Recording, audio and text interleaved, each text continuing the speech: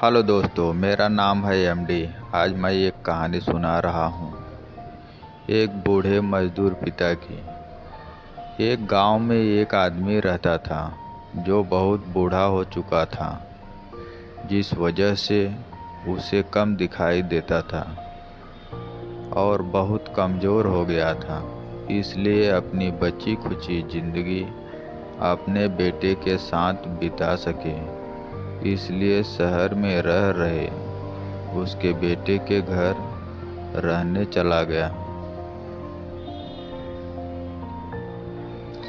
बेटा एक शहर के छोटे मकान में रहता था।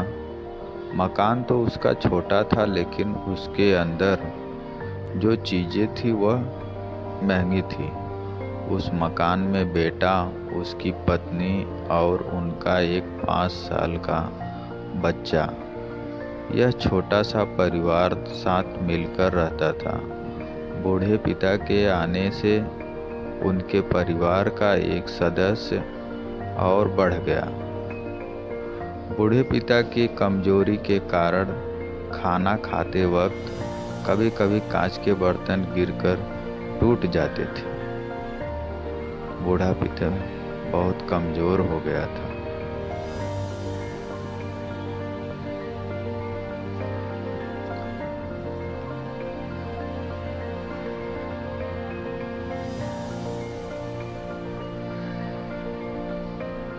एक दिन बेटे ने कहा कि ऐसा कब तक चलेगा, हमें कुछ करना पड़ेगा।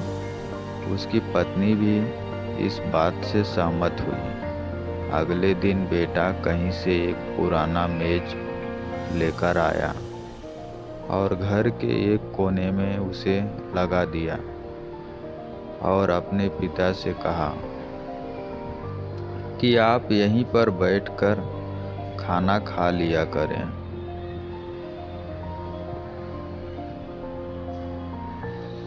उन्होंने एक लकड़ी का बर्तन भी बनवाया जिसमें वे अपने बूढ़े बाप को खाना देने लगे।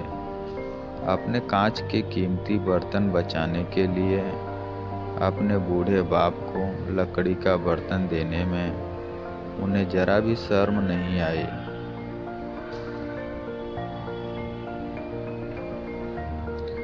अब खाने का समय जब जब होता तो बूढ़ा बाप एक कोने में बैठकर खाना खाया करता और बाकी का परिवार डाइनिंग टेबल पर खाना खाया करता।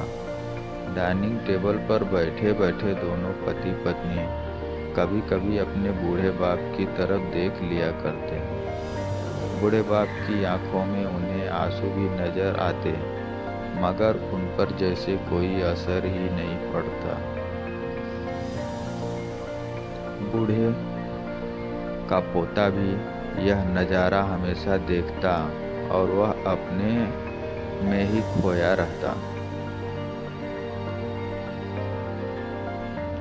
एक दिन जब पति पत्नी डाइनिंग टेबल पर बैठकर खाना खा रहे थे, तब उनका बच्चा जमीन पर बैठकर कुछ कर रहा था।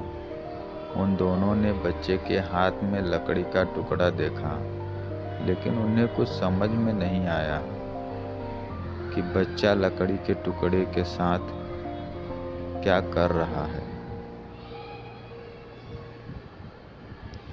जब बच्चे के पिता ने उससे पूछा कि बेटा आओ खाना खा लो, तुम नीचे बैठकर क्या कर रहे हो, तब बच्चे ने भोलेपन से कहा, अरे मम्मी पापा, मैं आप दोनों के लिए एक लकड़ी का बर्तन बना रहा हूँ, ताकि आप दोनों को जब आप बूढ़े हो जाओ तो उसमें खाना दे सकूं। अपने नादान बेटे द्वारा दी गई यह सहज बात दोनों के दिल में तीर की तरह उतर गई। दोनों एक दूसरे का चेहरा निहारने लगे।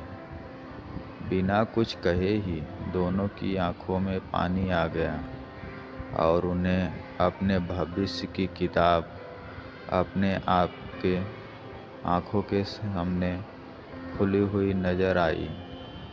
उन्होंने समझने में ज़्यादा देर नहीं लगाई कि अब उन्हें आगे क्या करना चाहिए। अगले दिन जब कमरे के कोने से वह पुराना मेज हटा गया और अब बूढ़ा पिता बाकी का परिवार साथ में मिलकर फिर से खाना खाने लगे। बूढ़े की कमजोरी की वह वजह से हो रही गलतियां भी अब किसी को नहीं चिढ़ाती थी। दोस्तों, अपने बूढ़े बड़ों की ख्याल रखना चाहिए। यह कहानी हमें बताती है, हर वह पत्ता जो आज हरा है वह कल सूखेगा और डाली से नीचे भी गिरेगा। इसलिए हमें अपने बड़े बूढ़ों का हमेशा ख्याल रखना चाहिए और हमें हमारे माता पिता और बुजुर्गों के साथ वैसा ही व्यवहार करना चाहिए जैसा कि हम सोचते हैं भविष्य में हमारे बच्चे हमारे साथ व्यवहार करें। दोस्तों, यह कहानी कैसी लगी हमें ज़रूर बताना। पसंद आए तो लाइक और सब्सक्राइब ज़रूर करना ताकि आगे से मैं आपको इससे अच्छी कहानी सुना सकूं।